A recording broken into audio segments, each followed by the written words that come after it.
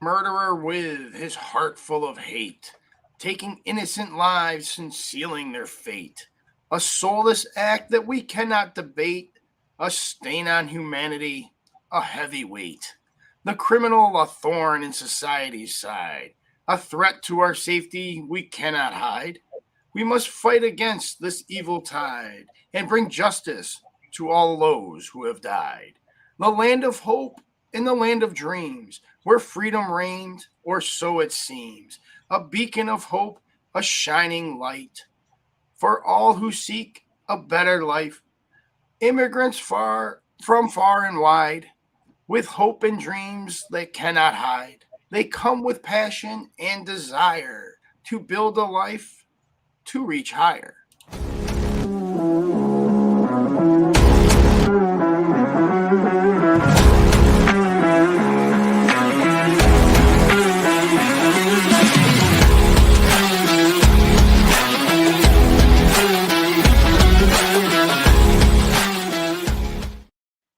Welcome to Divided We Stand. I am Jimmy J, and that man over there could probably win American Idol because he's got the golden voice, is Joe Aguiar. Joe, good evening. Good to see you, Jimmy. Always a pleasure, my friend. All right, man. This topic, the first half of my poem or limerick or whatever you want to call it there, Joe, it's got me heated, man. We're letting murderers out of jail. Murderers, and like this is like not even a political type thing to me. You know what I'm saying? I mean, it is because the Democrats are doing it in a Democrat-controlled state, but like it's more of a common sense thing to me here, right? I mean, more so. I mean, Joe, I only got one question here. Are their victims united earlier with their families? I'm going to go ahead and say the answer is no. Okay? And if that is true, which it is, the freaking punishment should be respective to the crime. Yeah. If they're not being reunited with their families, why should these jackwagons? So I don't disagree with you. This is definitely an issue for the Democrats. It's one of those things too, Jim, where when someone experiences it firsthand or even secondhand, that's when you start seeing changes at the ballot box. So I don't think it's a good policy. I thought, back in the 2022 election, hearing Bob Stefanowski talk about that, I thought because of the economy, because of inflation, because of the high gas prices, crime, I thought the Republicans had it in the bag, and instead he lost by 8 points more than he lost by the first time. So I can't understand it, Jimmy. I mean, I'm again, having been a Republican my whole life, I've always been very tough on crime. I understand that there are some situations where minorities are affected at a greater percentage rate. I understand that. I think we should be woke and aware of.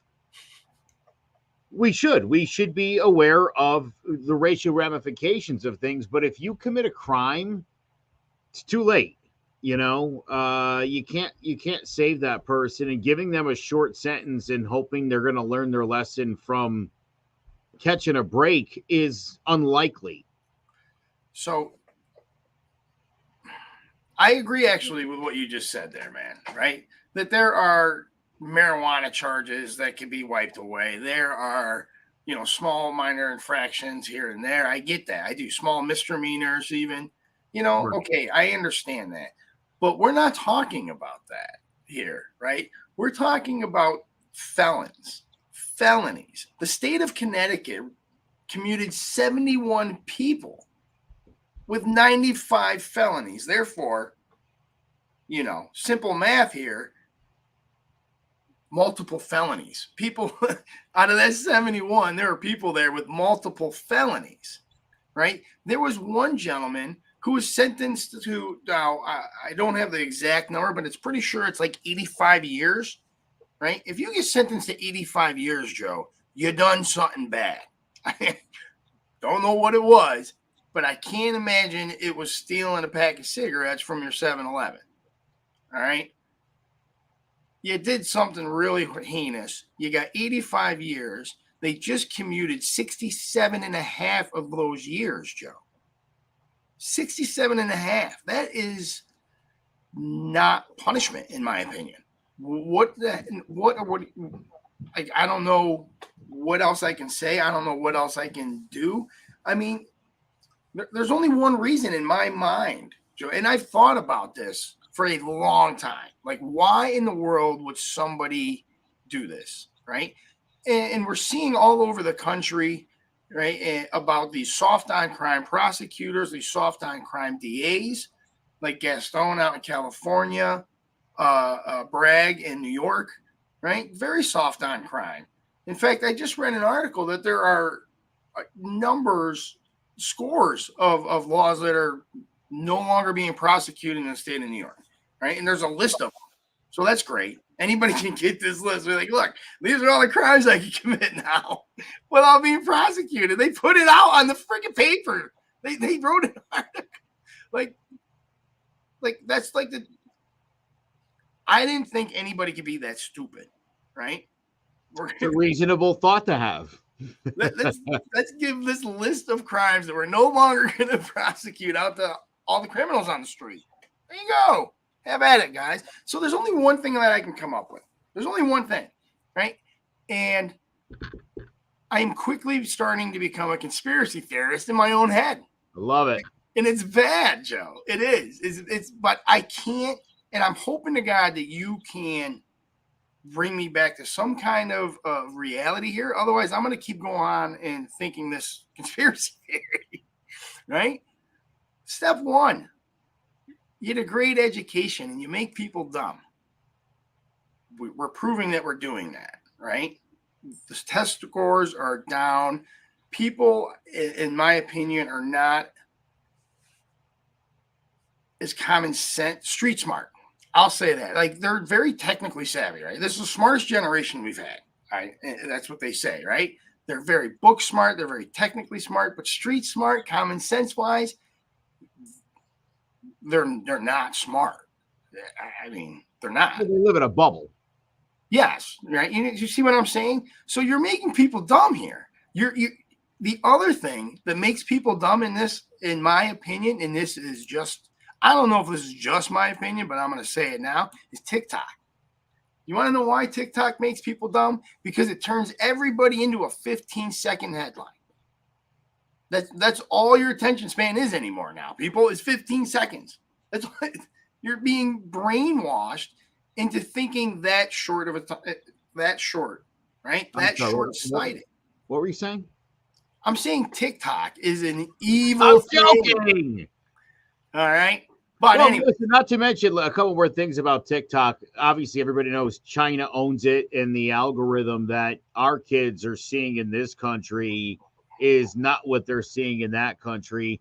And right. I'll also point out that 1 in 5 pieces of content on TikTok is misinformation of some kind. It's just there to make us dumb. And China is actually turn us against each other at the same time because we start fighting over nonsense.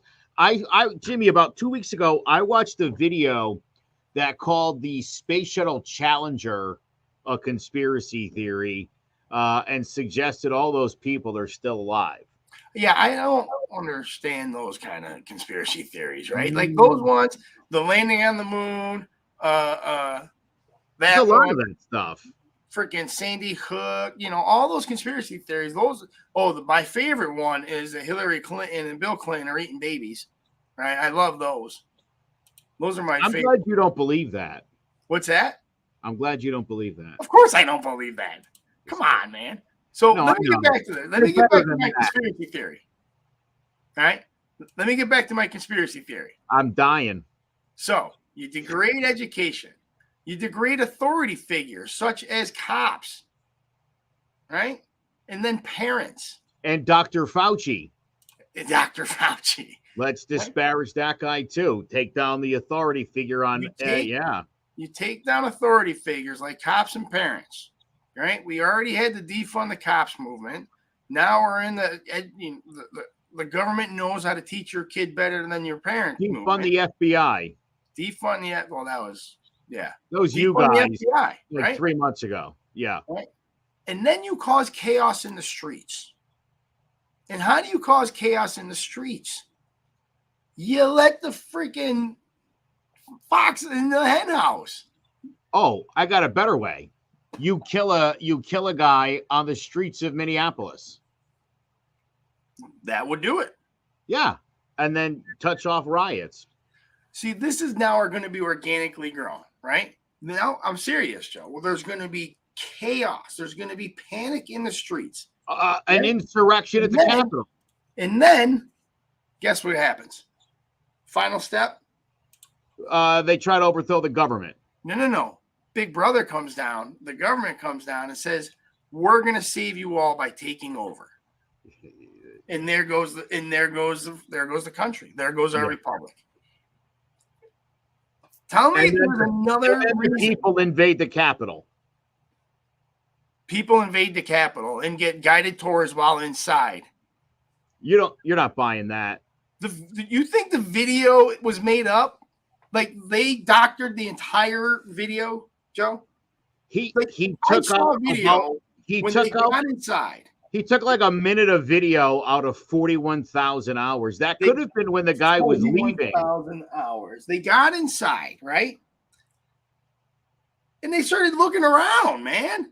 Jimmy, like, oh, that's really Jimmy, even Mitch McConnell knows that that's bullshit. Speaking of which, I hope he's doing well. I heard he went to the hospital today. Yeah. You know what? Listen, in all seriousness, and you'll recall when Paul Pelosi was attacked and people like Donald Trump Jr. made light of it. I was like, what is wrong with you people? Same thing here. An old man fell. All you can do is hope the guy gets better. He's a human being. You don't agree with him politically, maybe you don't like his policies. Even if you think he's Moscow Mitch and he's on the take, he's still a human being. And yeah, I do. My understanding is he'd be hospitalized a couple more days, but his spokesman finally came out and said he was fine. Good. Well, you know what, man? Here's the thing. I do wish him all the best. I really do.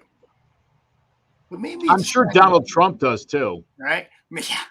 Maybe it's a sign you shouldn't be in a job such a as stressful as this. It's the second time he's fallen. You know what I'm saying? It's time to go, guys. We got to get rid. And I'm happy. I mean, I'm not happy that he fell, but I'm happy that it's coming. He's got to realize that it's time to hang it up. Jimmy, right? Jimmy, do you know what my favorite thing about Ron DeSantis is? That his hair is dark. What's that? His hair is dark. He's a young man. Yes, he is. I don't like him as a candidate, but if I had to pick one thing, he's youthful. I see what you're saying, but I mean, if we're going to talk about this, I don't think he's gonna. I honestly don't think he is going to run this time around. Different example, Nikki Haley. If there's one thing I like about Nikki Haley, she's young. She's young. Oh man. Somebody asked me if I thought Nikki Haley could go toe to toe with Donald Trump on a debate stage. What is your answer? I think she can. Yeah, dude, she's smart and she's quick on her feet, and I mean can lie with the best of them. So I would think she'd be. I would think she could handle that really well. Donald Trump is just he's so vicious, right? That I think it scares people to go down to his level. You see what I'm saying? Because then you look like you know what I'm saying? Then you look like a pig, just like as you referenced. So they're scared to go to that level because they don't want to be that. Yeah. So it puts them in a very hard spot, right? Do I take it on the chin from Donald Trump? or do I go sink to his level? So I don't know what the answer is there. I really don't. And that's why I don't think any of them can go with him, can go toe to toe with him on a debate stage. So earlier today on the radio, I talked to Joe Walsh, former congressman from Illinois. He was part of the Tea Party. The Eagles guitarist? No, that's a different Joe Walsh. After he got knocked out of office, he became a national conservative talk show host, big Trump guy, and then had enough of Trump and turned against him, and he lost his job. And he's big time conservative. He's on CNN a lot. Again, because of his stance, he's called the Republican Party a cult. He says they're radicalized. I talked to him today about Stephen Scalise. He says Stephen Scalise is a really good guy, has no backbone, and is the reason why he's going along with this. Kevin McCarthy is a jellyfish. Kevin McCarthy tries to be all things to all people. He's hungry with power. He told me Jim Jordan was Joe Walsh's best friend when they were in Congress together. He told me Jim Jordan is crazy and believes the BS that he's spewing. But here's the other thing that interesting enough that he pointed out to me. You know, he was a Tea Party guy, and those guys were the fringe lunatics at the time. Guys like Jim Jordan. And now, look where this party is going, where you got your Marjorie Taylor Greens and your Boeberts and your Gates, and it's made these Tea Party guys who used to be so unreasonable look like moderates. I see it. I mean, the left is going lefter, the right is going righter. It's not. Yeah, you say that, but the left isn't going lefter. It's not. I mean, Joe Biden is by no means a progressive. He really isn't. Joe Biden has proven to be more left than center as he's campaigned on. Yeah. Right. With this whole Green New Deal. I mean, that's more left than it is center, trust me. Right. And then an infrastructure project, you think that's more left than right? I'm not talking about the infrastructure project. I'm talking about the Inflation Reduction Act that did nothing but give subsidies to friggin' it's energy. It has induced inflation. No, it hasn't. It's down to 2.5%, and it's still at the highest it's been. I and understand that, right? I understand that. You know what it is in Turkey? The core inflation is still up. 30%. Core inflation are the things that we buy most. You know that, right? The core inflation, the CPI, right? That has gone up. That is either stayed inflation is 30% in Turkey. So people pay $10 a gallon for gas in the United Kingdom. Turkey. I don't care about Turkey right now. I don't. I'm not paying. I don't care that you don't care about Turkey. My point is, I argued with somebody earlier today about this same thing. Joe Biden is not responsible for inflation being where it's at. And if Donald Trump would have actually won the 2020 election, he would be suffering through inflation right now as well. He would not be suffering through this high of inflation. How would he magically get it down? And don't forget, we got to take a break. We told Saudi Arabia to cut oil production. If you want to get back into this, gas prices. If you want to get back into this, and you want to talk about gas price, oh my God! If you want to get back into this, we can do it after the break. But I don't want to take up your segment, man. So it's up to you. We'll get to it later. All right, guys, stick around. We're going to come right back after this. Want to have your show on CT Politics? If you produce a show on CT political issues or commentary and want to play it to the world, contact us now at ctpolitics.tv. We'd love to have you part of the team.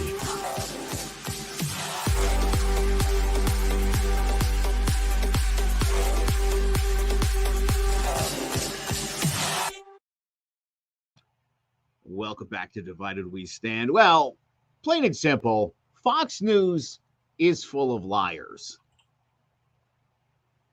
Rupert Murdoch admitted in court that all of your favorite Fox hosts knew Donald Trump lost the 2020 election to Joe Biden, but they continued to parrot the former president's false claims of rampant fraud. Right-wing nut Glenn Beck all but called it on election night. He said if Trump lost, a revolution might be in order. Now, the January 6th footage Tucker Carlson aired is more of that revisionist history. Running a snippet of calm amongst the 41,000 hours of craziness proves nothing. No matter how much you want Tucker to stick it to old lady Pelosi, what Fox allowed Carlson to air is the art of the conspiracy theory mentality that audience is spoon-fed on a daily basis. You can manipulate video. My 7-year-old can edit a video. I'm a facts guy. I say it all the time. There's people in the media who will lie to you for their own self-serving purposes. I don't do that. Sean Hannity is just one of several Fox News hosts who have testified in the Dominion lawsuit case under oath, admitting that he knew Trump lost and was making stuff up. But I'm a libtard for knowing that for the last 2 years. I don't like Donald Trump. I did on The Apprentice, not in the White House. He was divisive and disrespectful to the office and to half of America. Tucker Carlson hates Donald Trump. Of course, you wouldn't guess that by watching his show.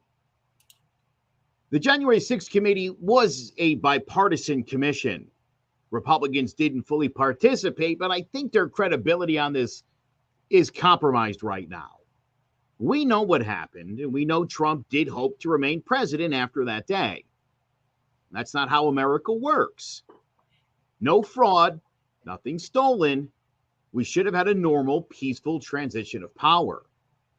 Representative Marjorie Taylor Greene, who's been accused of participating in the planning of some elements of January 6th and asked for a pardon from Trump 3 days into serving in Congress, said if she did plan it, the insurrectionists would have succeeded. Ha, ha, ha. That's not the argument you think it is. Just because Trump and his 7-point plan failed doesn't mean it wasn't an insurrection.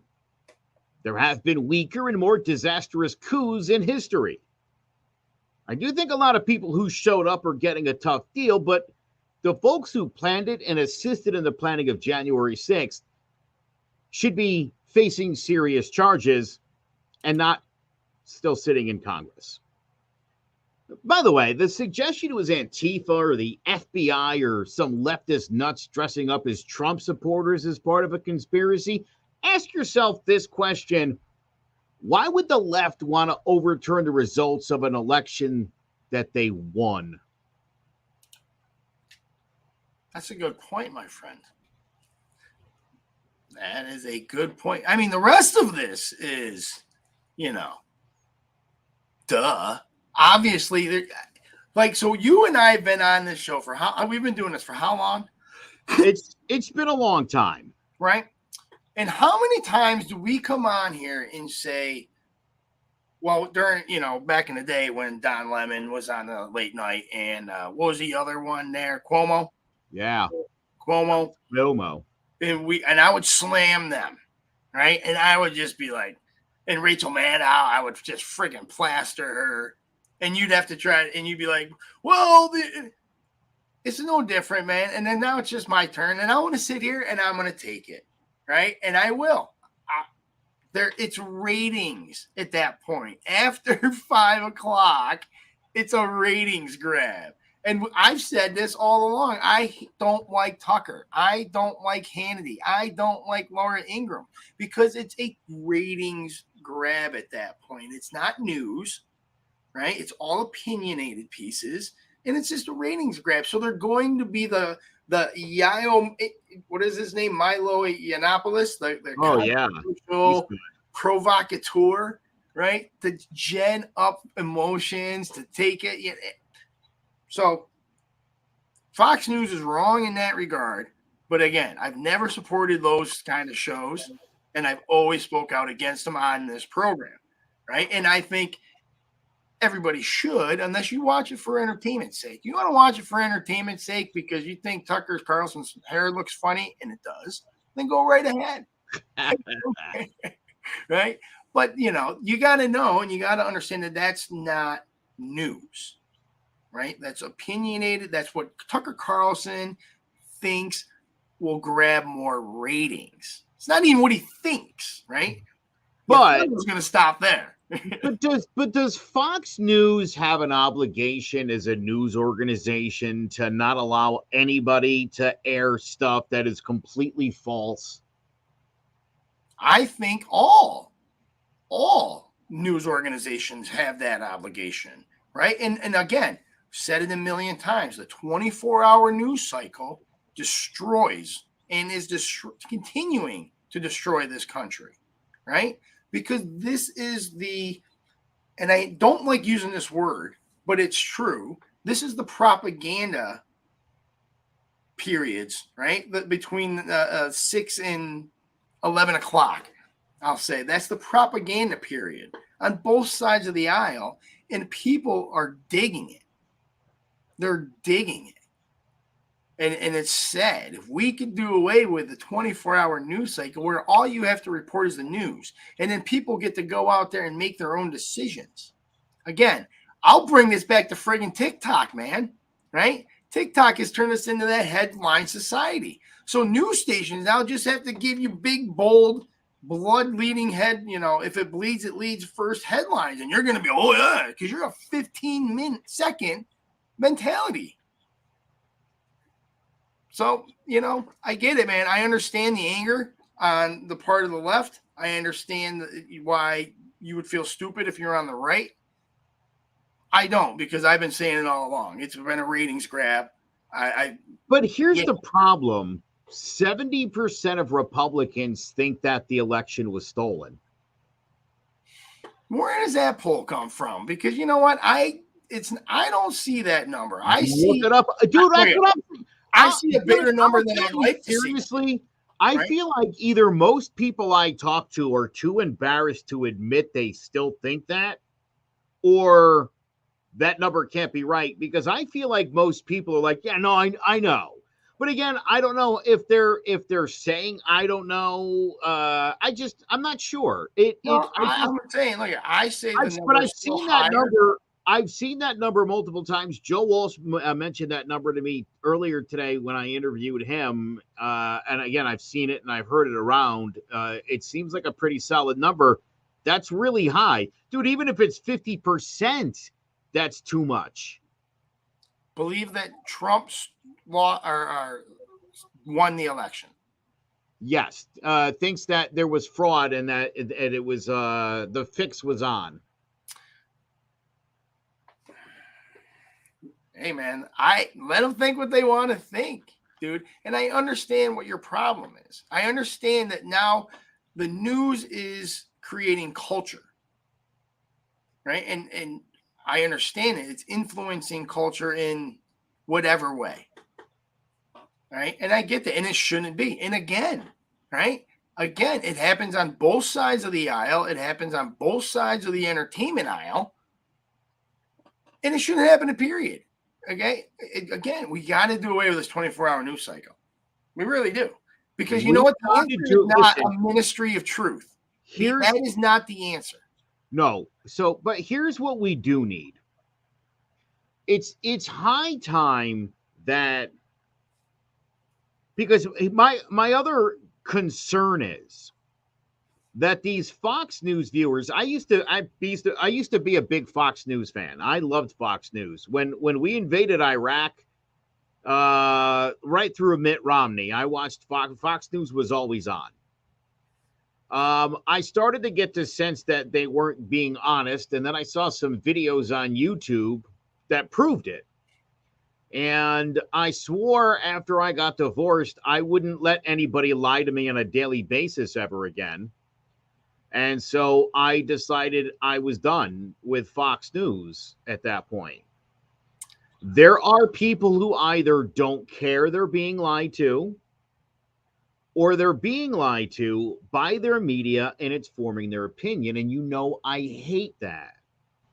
I don't think it's acceptable for politicians to lie. I understand at times they fudge, they fib, whatever. Outright lying, that's what they're all doing these days.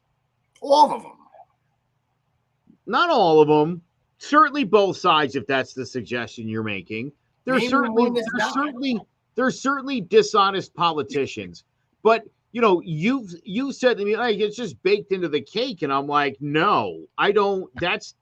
Take that ingredient out. We cannot allow our like, again, it's one thing if Fox News is just making stuff up. It's another thing when the politicians start parroting that nonsense. Or CNN, if you want, Jim. No. I never said lying and having no integrity was baked into the cake. I've always said that infidelity was baked into the cake. All right. Yeah. All right. Look at. Are politicians crooked as a freaking day is long? Absolutely. Right?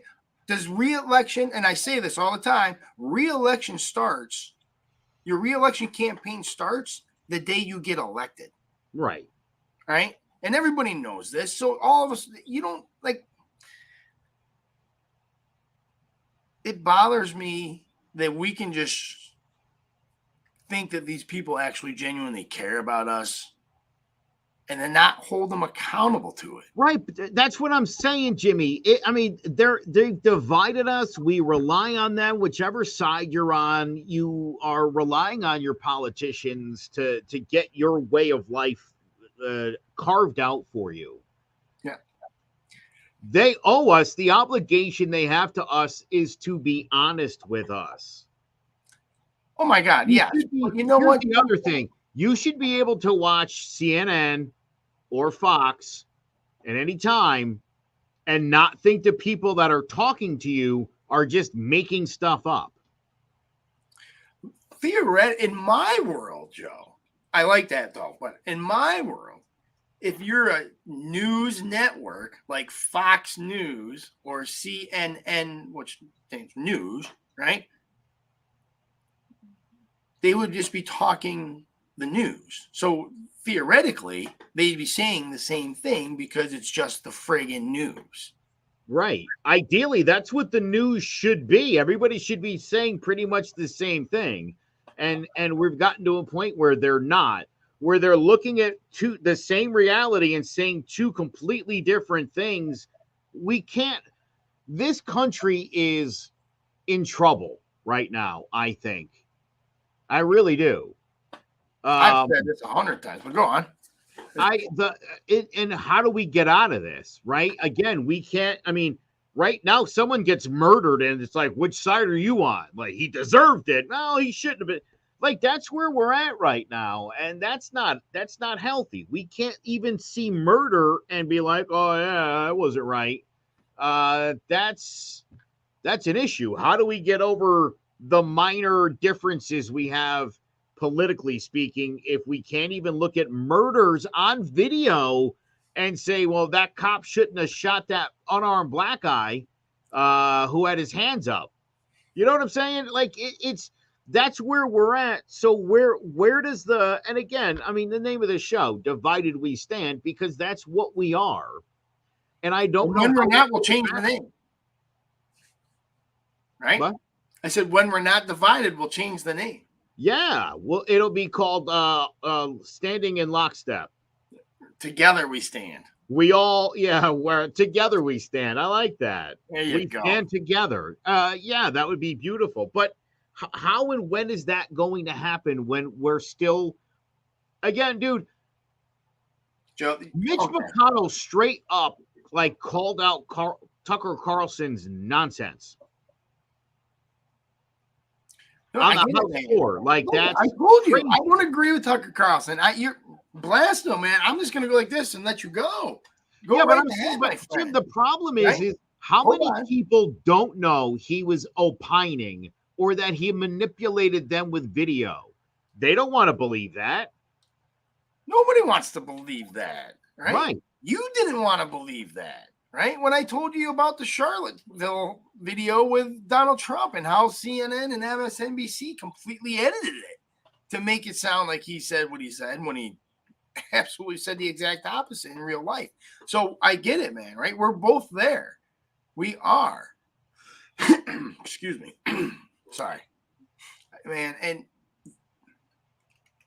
I God, I hate the freaking news. I hate it so much, dude. Right? And I think what you and I are doing right now, right? We're on the internet. We're on social media. We're not on traditional television per se.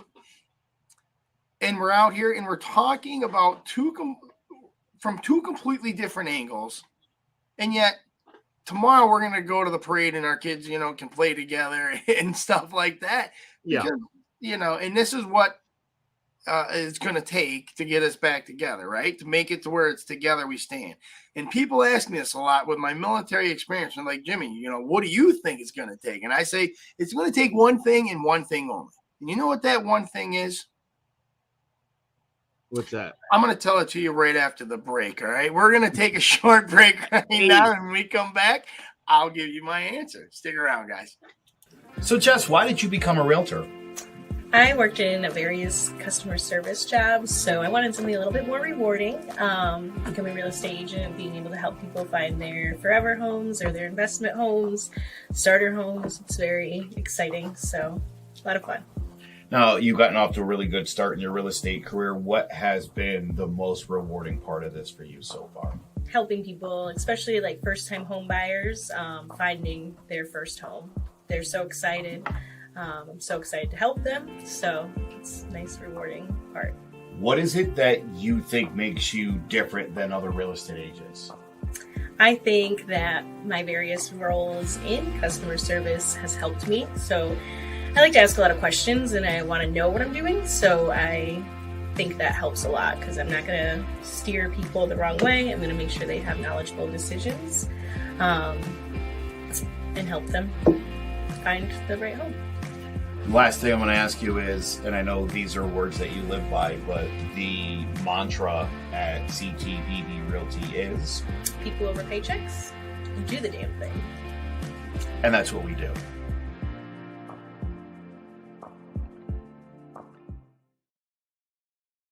Welcome back to Divided We Stand. I am giggling because if you did not recognize the person in that commercial, it is the one and only Mr. Joe Aguiar. Yeah. And if you notice something different, like Samson over there got his hair and I really did. That was a lot of hair. But I like this look a lot better, man. I do. I like it. Thank you.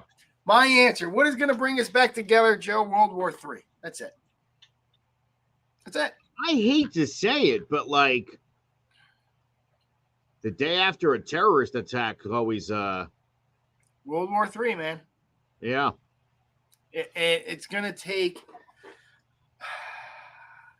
China invading Taiwan, which they may or may not do. I'm kind of on the fence on this one. It'll take China invading Taiwan, Taiwan resisting, us giving aid. And it's a NATO country, so we would have to go with troops, i.e. naval ships. Once a naval ship gets sunk, and that's thousands of sailors, Marines dead, then the nation will come together in one and be like, let's nuke somebody. But until that happens, and it's unfortunate, and it's extremely, extremely unfortunate, and it really pisses me off that it takes the lives of servicemen and women. It takes dead freaking 18-year-olds up to 40-year-olds, right? Men and women who volunteered to serve their country, dead. That's what it takes to bring this country together. Are you freaking kidding me? That's a terrible thought, but I hate to say it. Maybe that is what we need. Some kind of national tragedy that tends to go a long way. I mean, I don't want to. I mean, we can still talk about this, but some would say we're already at war with China, right? And I actually am one of those people. The war is going to start out between America and China, not China and Taiwan. Let me make that clear. It's a cyber attack. It's a cyber war, guys, right? The train derailments is an infrastructure attack, right? The power grid attacks is another infrastructure attack. The water plants, and I don't know how much news this has gotten, but water plants have received thousands and thousands of cyber attacks on them all over the country, right? Last year, it was a huge increase, like 5,000% increase in the past couple of years, right? It's been skyrocketing. We're the United States of America, and I've said this 100 times, and this is one of my favorite sayings about this country. Our freaking diamond slippers are too tight, right? Yeah. We're so spoiled in this country, and we have it so good because we're such a great country, and that's a good thing. It's not a bad thing, but we've taken it for granted for so long that think about this. Really, really think about this. What would you do without power? Electricity, running water, clean water, drinkable water, and food. 80% of our food is shipped by rail, guys. By train. You take out the infrastructure with the rail system, you take out a large portion of agricultural movement. We're not going to be able to eat. We're not like we are now. Your grocery stores are not going to receive the goods from freaking Missouri, from Kentucky. They're not coming. You're not going to have drinkable water if power water plants get shut down due to cyber attacks. The electric grid goes out. The power grid goes out. You're not going to have electricity to charge your phone. Think about that. So let me bounce something off of you that you might like, and it is a conspiracy theory. Ooh, hit me. You may have noticed or heard recently that the Chinese government said it would supply ammunition to the Russian military in Ukraine to assist that military's failing effort. And shortly thereafter, the United States government came to the conclusion after about 2 years that it is likely that COVID started because of an accident at the Wuhan lab. Is it possible that we come to a different conclusion that it was from a wet market if China falls back in line? Oh God, no. It's just not. The entire world now is coming to the conclusion that it was a lab leak. It's not. I think it is more far-fetched that it came from a wet market when there's no bats in that region. When they say it came from a bat, but bats aren't readily known in that region. I looked it up. God almighty, I think I had something crawling on me. You're talking about a bat creeped you out. Yeah, I do. I swear to God, I felt like I had something crawling on my leg. Right? But it's more, I think people are now realizing that it's more likely that it came from the lab than it did from a wet market. So is it a conspiracy theory? No, of course, I don't think it is. I think, and again, we'll hold our judgment like we always do until the facts come out. But no, it's not going to go back to the wet market if they fall back in line. It's not. I also just saw an economist who was saying that if China were to invade Taiwan and face the kind of resistance that Ukraine is facing, it would completely unravel the Chinese economy and they would be finished. Yes, I heard that too. And that scares me. And you want to know why that scares me, Joe? Because the U.S. will allow them to do it. We'll give them the green light to go ahead and do it. And then we'll fight them just like we are Russia right now to try to collapse that economy. Then we still become the only remaining massive superpower. It might not be a bad thing. However, And I say, however, that usually comes with a very, very hefty price tag called U.S. men and women, soldiers, airmen, Navy, Marines, all of us, right? That's the Well, price tag that you pay. As Donald Trump once said, you know what you signed up for. That's true. That is. Now look at you send me to war, I'd be like, okay, let's go. Today. Jimmy, you gotta go back to it. Okay, let's go. I mean, that's what I signed up for a long time ago. I'd still honor that and I'd go. But that's just who we are, you know. So we're a different breed of people. I understand that. And so Yeah, I mean, not all of us wake up in the morning and think, you know what? I'd like to travel overseas and shoot people. I think we all should because it's very cathartic. So I'm joking. I'm joking too. That's a terrible thing to say.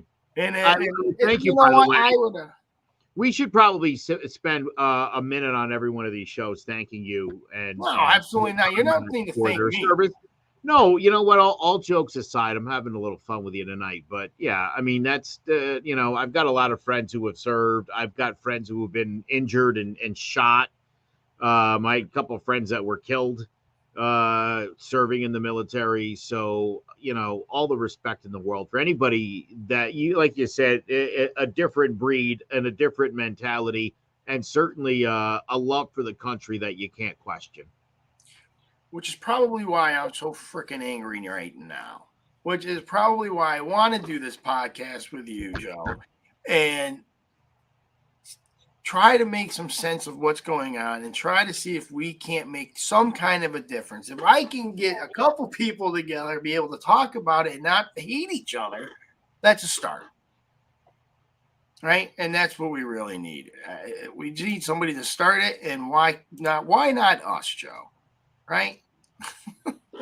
All right, guys, we're going to take our third and final break of the show. When we come back, I believe Joe has one more segment for us. Do you not?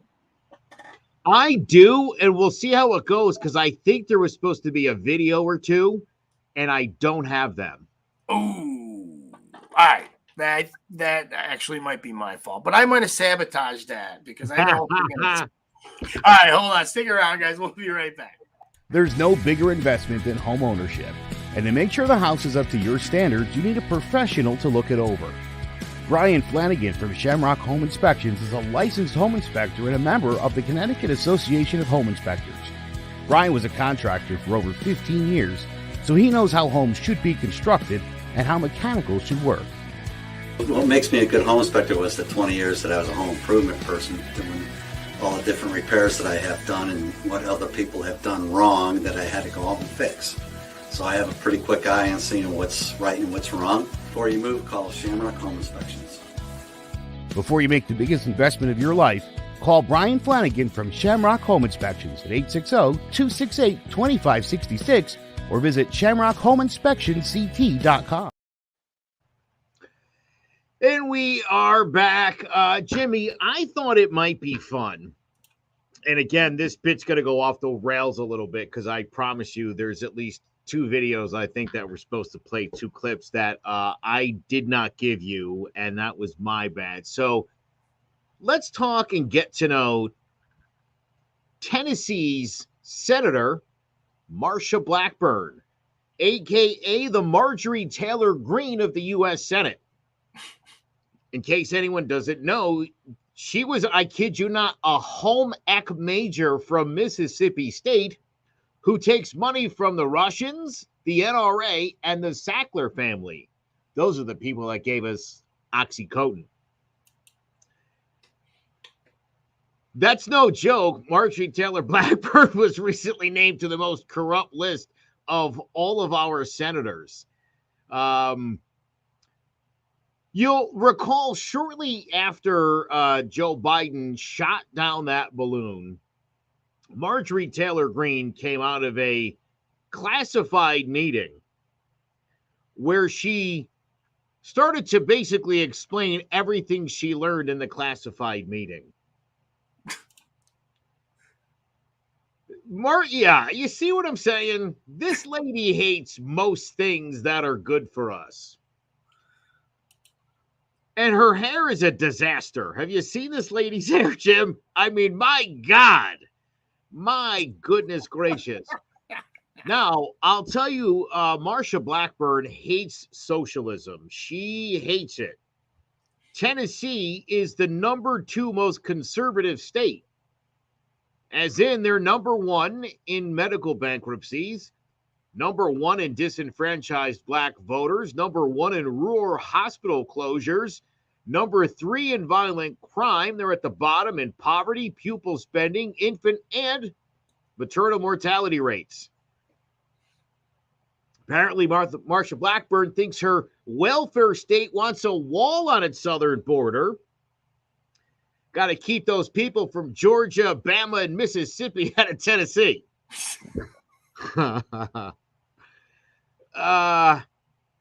This lady is absolutely out of her mind. She's constantly railing against Joe Biden on Twitter on crime, which really is the responsibility of your state government and your local municipality. But who cares? Impeach Sleepy Joe. Marsha Blackburn doesn't understand what the word classified means. I mean, it means if it was classified, I'm not supposed to tell everybody. You don't walk out of a meeting and start tweeting. What are you, Donald Trump? By the way, guess who pushed legislation through Congress to prevent the DEA and other law enforcement organizations from searching packages and seizing fentanyl and other illegal drugs? I'm not even joking. Marsha Blackburn. The GOP is telling people they should come cross our border. They're the ones saying open border and that people can come right in. Of course people think that. Marsha Blackburn is very concerned about your kids going gay. But here's the thing. Marsha Blackburn couldn't define woke with a triple espresso, a dictionary, and a sticky note on the right page. I'm so sorry I messed those pictures. No, listen, and there's a great video of her in literally in the Senate, and this is the claim she makes. She says she was on the border, and they watched people swim across, and she asked them, "Why did you come here?" And they said, "Because of Joe Biden," and then they ran off into America to live a life. Marsha Blackburn. I want to call her Marjorie Taylor Blackburn now. Jimmy, that didn't happen. She didn't meet an illegal immigrant at the border who said Joe Biden told her to come here. You know, I believe that it didn't happen. I do. Why say that? However, because she picked it up, because it has happened. There has been news reporters, and you've seen them. I know you have. Yeah. Illegal immigrants coming over, and they asked why, and they said Joe Biden, because you know what? Those are the only 2 freaking English words they probably knew at the time. Yeah, that's probably right. But they might not even know what they said, but they did say they came across the border because of Joe Biden. Right? Now, is it true or not? Who cares? Right? I don't care why they came. I don't care why they're coming. I care that they are. Right? And the resources and the things that we need as a society are running out. That's why immigration numbers were made in the first place. So we have sustainable resources for these freaking people, and we're just running out, guys. I don't know what to tell you because of all these numbers. Joe, you can't hide the numbers, right? There are over 1.7 million encounters in fiscal year 21, 2.3 million in 2022, and so far. Are we going to play? Hold on. Are we going to play the Godaway game? The Godaways? No. I didn't say Godaways. No, I said I've been hearing a lot about that. Well, I mean, if there were 1.7 million stops, how many people got through? Well, maybe theoretically none. Who knows? Okay, understandable. I didn't say gotaways, although this report says there's over 350,000 so far this fiscal year. Now, Who's whatever. counting? I don't know. That's why I don't bring them up. I didn't What I'm mention them saying. actually in my little rant. You did, right? But so far, there's been over 1 million. Now, you say the border's not closed because they're getting stopped at the border. Great point. Great point. However, if we had a more secure border, i.e., if we freaking enforce the laws that are on the books when it came to immigration, and we said that we were going to, there wouldn't be that many encounters. Now, if you said that we were making the borders closed because we have, we've had those millions of encounters and we've shipped them all away, yeah, man, I'm on your side, brother. Borders closed. Closed for business. But we're not shipping them away. We're not deporting a lot of them. We are Joe has deported some, and people need to know this because they think that he's not deporting anyway. He's getting rid of a lot of people under Trump, now going back to a Trump era policy. Yeah, well, already the progressives are pissed at again. That's why I tell you, dude, Joe Biden, he might be liberal Hold to on. you. He's not liberal to liberals. He was the first 2 years. Now I think he's like, you know what? They want me gone. He realizes that nobody wants him to run in his own party. He realizes it. You know what? Screw it. I want to do what I want. He's not going to be president in 2 years. He knows it. You know it. I know it. Everybody knows it. He's not going to be president in 2 years. Especially President Buttigieg.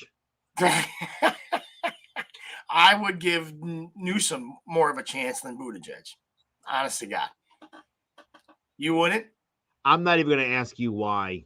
Because California has more people. I'm just kidding. But no, honestly, God, you wouldn't give Newsom over Buttigieg? I don't know. There's just something about Newsom. Buttigieg, oddly enough, it seems a little more wholesome than Newsom. Like just something about that guy. Like we're gonna find out something bad. He looks like an evil he looks like an evil villain. Do you know what I'm saying? Like in an old cartoon back in the day with a monocle. You put a monocle on that guy with a nose. Yeah, he's an evil villain. I've never bought into the Clinton body count, but I could swear to God Gavin Newsom's murdered a man. Why do you say that? Just something about him. Something's off. Something's off, dude. He reminds me of Dexter. Ooh. Love that show, by the way. Yeah, thank you. Right, good reference. There's something about him that I just am not comfortable with. Yeah, and it seems to me like Buttigieg is kind of boosted up to a slightly higher national level. So I don't know. Well, okay. First off, you're right. Newsom just seems slimy, right? I don't know. There's something about him.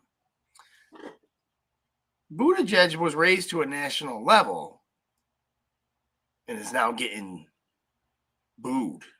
He's not doing well. Yeah, but right? they love him on the left. The more you guys hate him too, the more lovable he becomes. Until something happens, man, and he doesn't do anything with them. Until something happens, unless, Joseph, you don't think anything will happen in the blue area. It only happens in the red areas. It's weird. Right? Yeah. However, California is getting buried with, 12 feet of snow right now? Well, listen, they needed the rain. True. I don't want to hear them complain. All right. In all seriousness, Joe, I think that you and I need to lead a campaign to get rid of the 24-hour news cycle. What would you run in his place? It's on the networks. They can buy freaking sitcoms and reruns of Seinfeld or Friends. Something. I would like to watch animal documentaries. Oh my God. Animal Planet, Frozen Planet, anything with David Attenborough narrating, I'm on it. Same. But no, seriously. We need to bring back freaking Walter Cronkite. I'll even take back freaking, I know it's not political, but Harry Carey. All right, just because he was extremely entertaining. right? But we need to bring back those kind of journalists, the people that are just, remember this. Journalism was made to hold government accountable.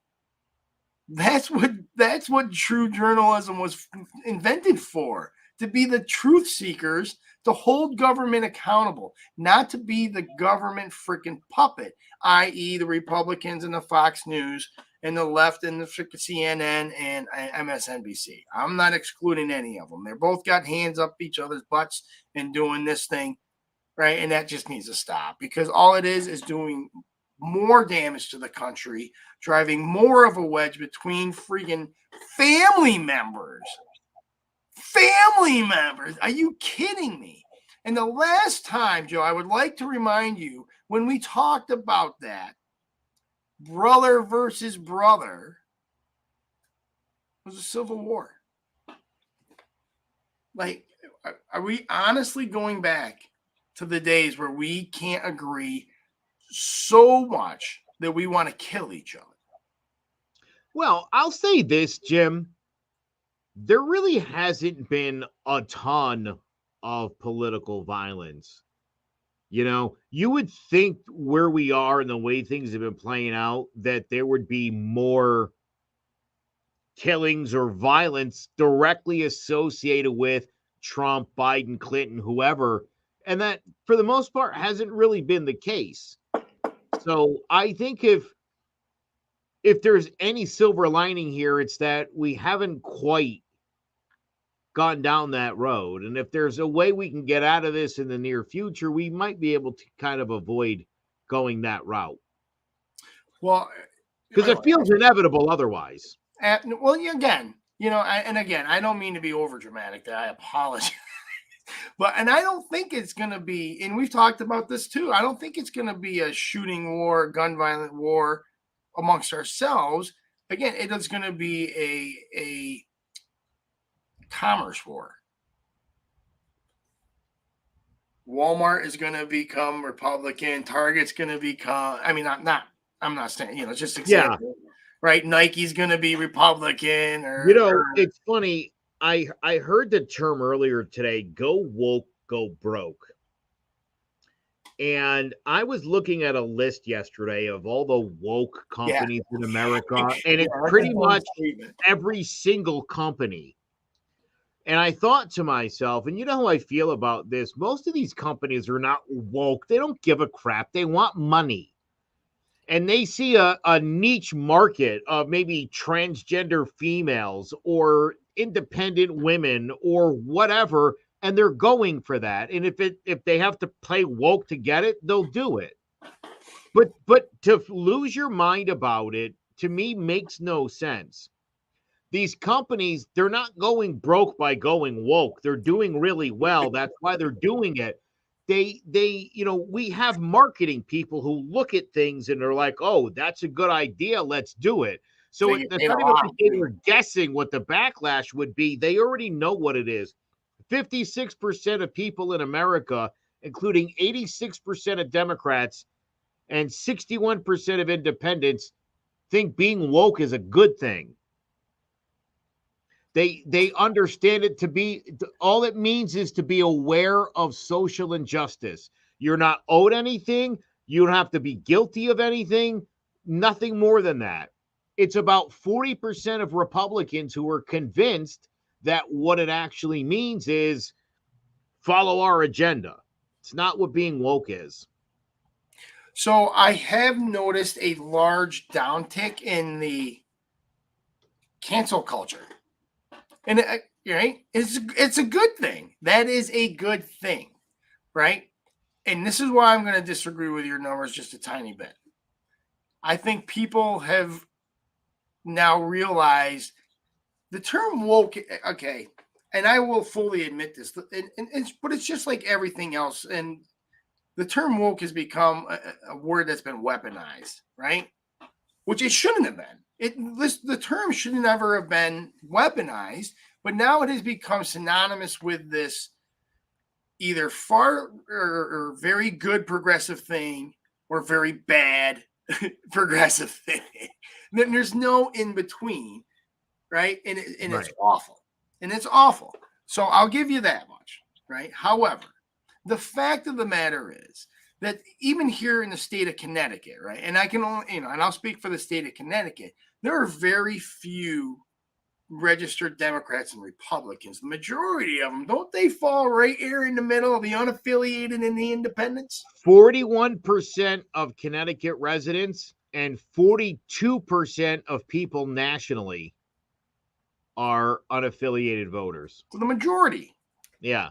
right? But Connecticut is a really good representation of what the country actually votes like. Well, I don't think it's that bad. I don't think it's, well, no, it's not, because the Republicans won back the. I mean, just demographically speaking, just the idea that, again, 41% of our voters are unaffiliated. Okay. It's 42 nationally. Demographically, okay, I'll give With you Democrats and Republicans, it's like 22 to 21%. It's not that big. right. So what I'm saying is, the whole point about the woke thing here is that I think people have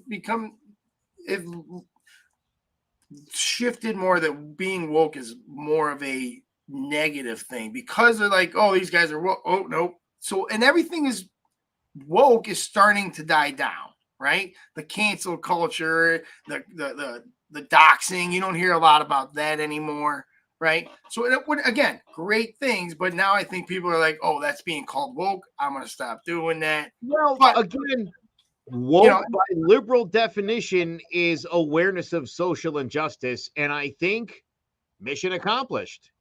Everyone's aware of social injustice. Donald Trump passed prison reform, for crying out loud. Everybody recognized it was a problem. Everybody was aware that blacks were getting harsher sentences, longer sentences, and they're trying to remedy that, maybe a little too much at this point, but everyone's aware of it. And I think that was, if the point of what woke was for us to be aware of it and work on it, done. What's next? So your definition of working on it, though, why do we have to work on things that aren't broke? We got to work on everything. It's a work in progress. The Marine Corps was perfect, man. The Marine Corps was great for 270 some odd years. Why do we need to go and change that crap? Dude, if Thomas Jefferson saw that we were still using the stuff that him and James Madison wrote, dude, they would be beside themselves. I don't think so, man. I really don't. Yeah, dude, he wrote that with a feather pen, for crying out loud. And I don't think they would be, man. That is, look at this is he literally said before he died, you should update this about every 20 years or so. This is a huge topic that we could talk about for another probably hour, and we've already gone over 7 minutes. So I'll leave it at that. How about that? Well, you know what I want to talk? We can talk about that next week, right? We can talk about the Constitution and updating the Constitution, and if we should, or if it needs to be, right? But I also wanted to bring up, and I also wanted to talk about, was it the other day, was it yesterday maybe, was National Women's Day? Yes. Right? And I had a very interesting conversation with a person about a female, actually, and how I'm probably more of a feminist than she is. So we'll get into that next week. It'll be quite interesting. So hopefully you guys tune in and we see you guys there for Joe Aguiar. Thank you. And oh shit. What'd you point at? You. Oh man, you messed me up. Thank you guys for watching very much. I really appreciate you tuning in for Divided We Stand. For Joe Aguiar, I am Jimmy J saying good night and God bless.